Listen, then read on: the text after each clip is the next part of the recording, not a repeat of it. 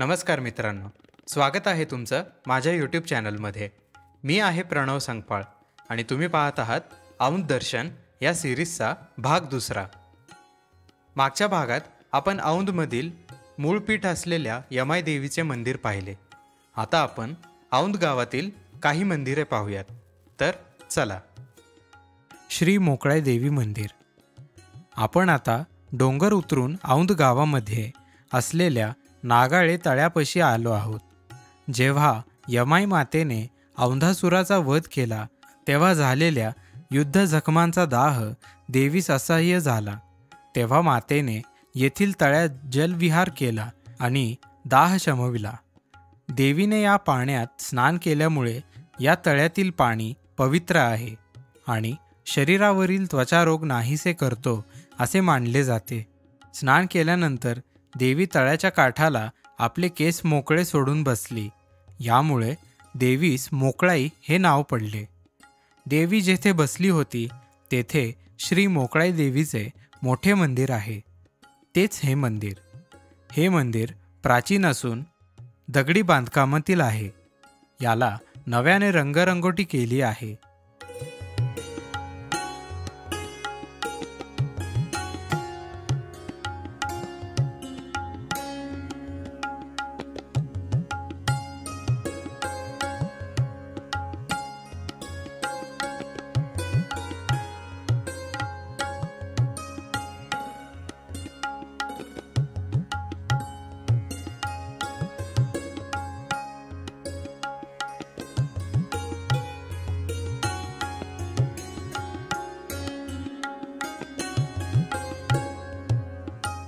गाभाऱ्यात सुवर्ण मखरात देवीची सुंदर मूर्ती आहे.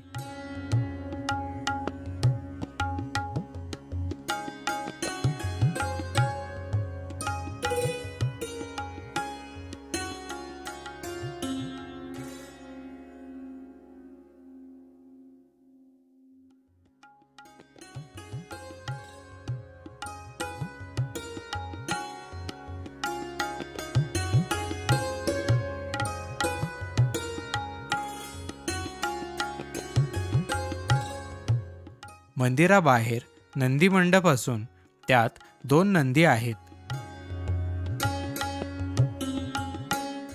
शेजारीच तुळशी वृंदावन आहे. प्रांगणामध्ये 2 दीपमाळा आहेत.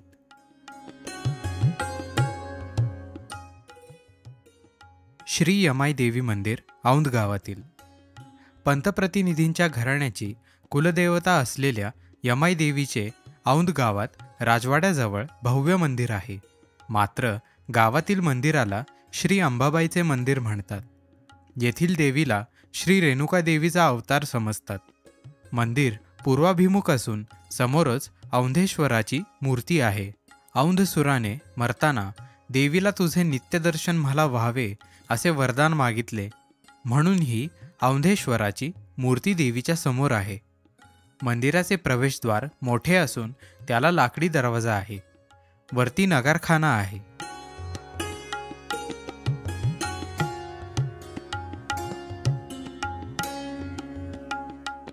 आतमध्ये देवड्या व पहारेकऱ्यासाठी खोल्या आहेत.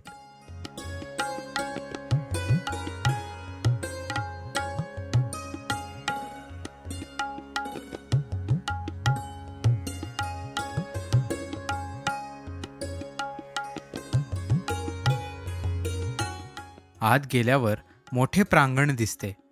प्रांगणात 4 दीपमाळ असून त्यापैकी एक सुमारे 60 फूट उंचीची आहे. तिच्यावर 176 दिवे लावता येतात. ही महाराष्ट्रातील सर्वात उंच दीपमाळ आहे असे म्हणतात.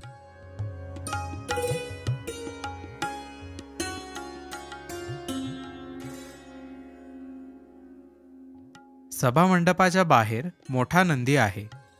त्याच्या शिंगावर पितळी शेंब्या आहेत.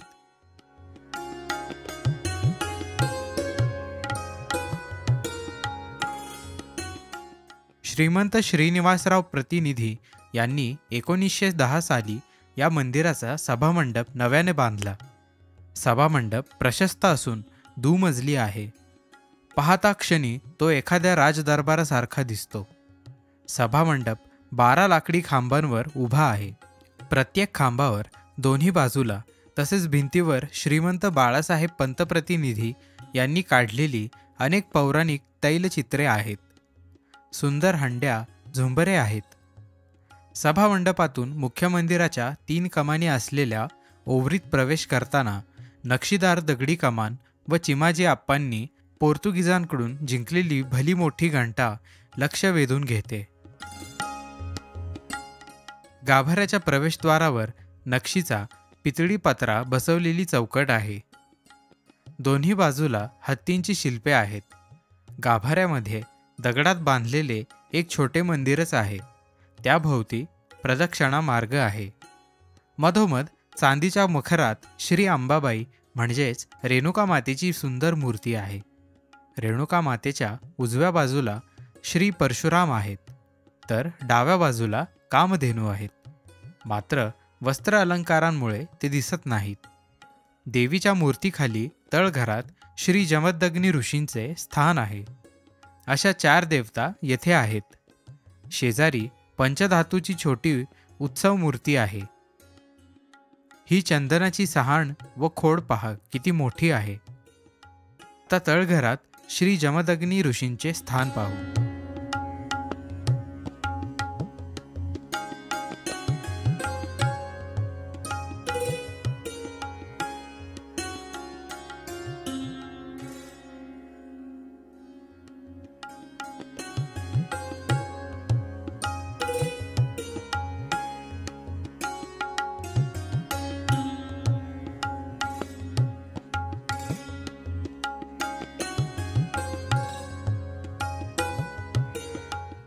आपले दर्शन झाले आहे.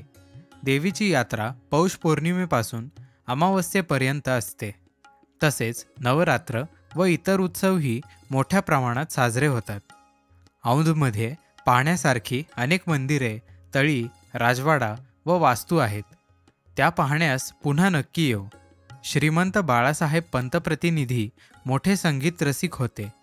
त्यांनी संगीतास राजाश्रय देऊन 1940 पासून शिवानंद स्वामींच्या स्मृती प्रित्यर्थ संगीत महोत्सव सुरू केला. हा महोत्सव औंध संगीत महोत्सव या नावाने ओळखला जातो. या प्रसंगी दरवर्षी देशातील प्रख्यात गायक व वादक आपली हजेरी लावतात. औंधला रंगचित्र, शिल्प, संगीत, नृत्य, नाट्य इत्यादी अभिजात कलांचा वारसा असून त्यांचा आविष्कार घडत असतो. तर मित्रांनो, हा होता आपला औंध दर्शन सिरीजचा भाग 2. हा आपला शेवटचा भाग असून हा व्हिडिओ तुम्हाला कसा वाटला हे मला कमेंटद्वारे नक्की सांगा आणि चॅनलला सबस्क्राईब नक्की करा. तर पुन्हा भेटूया अशाच एका व्हिडिओमध्ये. तोपर्यंत धन्यवाद.